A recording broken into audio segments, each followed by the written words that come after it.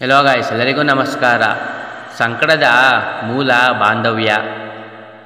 ನೀವು ಮಾತನಾಡಲು ಪ್ರಸ್ತಾಪಿಸಿದರೆ ಯಾವಾಗಲೂ ನಿಮ್ಮನ್ನು ಕೇಳಿಕೊಳ್ಳಿ. ಇದು ನಿಜವೇ? ಇದು ಅಗತ್ಯವಿದೆಯೇ? ಇದು ದಯೆಯೇ? ಒಳ್ಳೆಯ ಆಲೋಚನೆಗಳನ್ನು ಯೋಚಿಸಿ, ಒಳ್ಳೆಯದನ್ನು ಹೇಳಿ, ಇತರರಿಗೆ ಒಳ್ಳೆಯದನ್ನು ಮಾಡಿ, ಎಲ್ಲವೂ ಹಿಂತಿರುಗುತ್ತದೆ.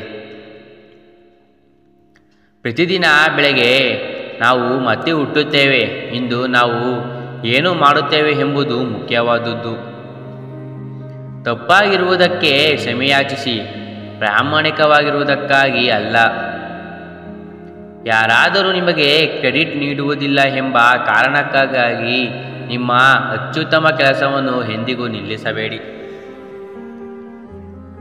ಒಂದೇ ಮೇಣದ ಬತ್ತಿಯಿಂದ ಸಾವಿರಾರು ಮೇಣದ ಬತ್ತಿಗಳನ್ನು ಬೆಳಗಿಸಬಹುದು, ಮತ್ತು ಮೇಣದ ಬತ್ತಿಯ ಆಯಾಸವು ಕಡಿಮೆಯಾಗುವುದಿಲ್ಲ.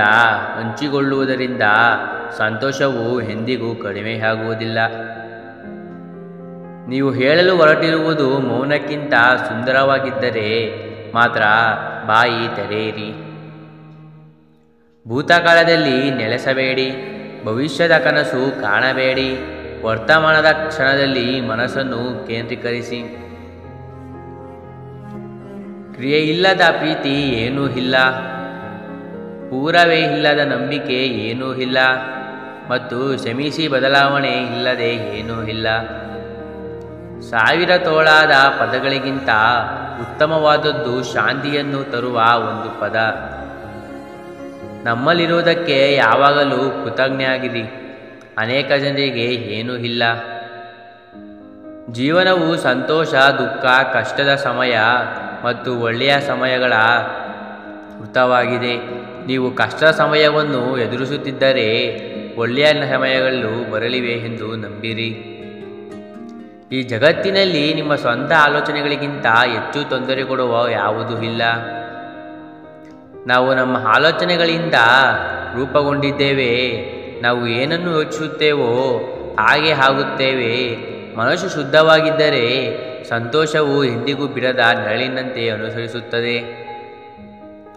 ಎಲ್ಲರನ್ನೂ ಮೆಚ್ಚಿಸುವ ಪ್ರಯತ್ನದಲ್ಲಿ ನಾನು ನನ್ನನ್ನು ಕಳೆದುಕೊಂಡೆ. ಈಗ ನಾನು ನನ್ನನ್ನು ಹುಡುಕುತ್ತಿರುವಾಗ ಎಲ್ಲರೂ ಕಳೆದುಕೊಳ್ಳುತ್ತಿದ್ದೇನೆ.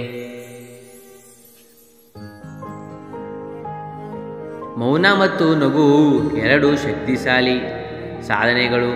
ನಗು ಅನೇಕ ಸಮಸ್ಯೆಗಳನ್ನು ಪರಿಹರಿಸುವ ಮಾರ್ಗವಾಗಿದೆ, ಮತ್ತು ಮೌನವು ಅನೇಕ ಸಮಸ್ಯೆಗಳನ್ನು ತಪ್ಪಿಸಲು ಮಾರ್ಗವಾಗಿದೆ.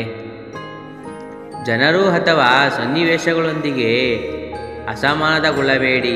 ನಿಮ್ಮ ಪ್ರತಿಕ್ರಿಯೆಯಲ್ಲಿಲ್ಲದ ಇಬ್ಬರು ಶಕ್ತಿಹೀನರಾಗಿದ್ದಾರೆ. ನಿಮ್ಮ ಮನಸ್ಸಿನಲ್ಲಿ ಯಾರೊಬ್ಬರ ತಪ್ಪು ಕಾರ್ಯದ ಹೊರೆಯನ್ನು ಹೊತ್ತುಕೊಳ್ಳಬೇಡಿ. ಕ್ಷಮಿಸಿ ಮತ್ತು ಮರೆತುಬಿಡಿ. ನಿಮ್ಮ ಮನಸ್ಸಿನಲ್ಲಿ ಒಬ್ಬರಿಂದ ಭಾರವಾದ ಕಾರ್ಯವನ್ನು ಪ್ರಯತ್ನಿಸಿ, ಒಪ್ಪಿಸಿ ಮತ್ತು ಮರೆತುಬಿಡಿ. ನಿಮ್ಮ ಮನಸ್ಸಿನಲ್ಲಿ ಯಾರೋ ಮಾಡಿದ ತಪ್ಪಾದ ಕಾರ್ಯದ ಹೊರೆಯನ್ನು ಬಿಸಿ ಮಾಡಿ, ಕ್ಷಮಿಸಿ ಮತ್ತು ಮರೆತುಬಿಡಿ. ನೀವು ಕೋಪಗೊಂಡಾಗ ಎಂದಿಗೂ ಉತ್ತರಿಸಬೇಡಿ.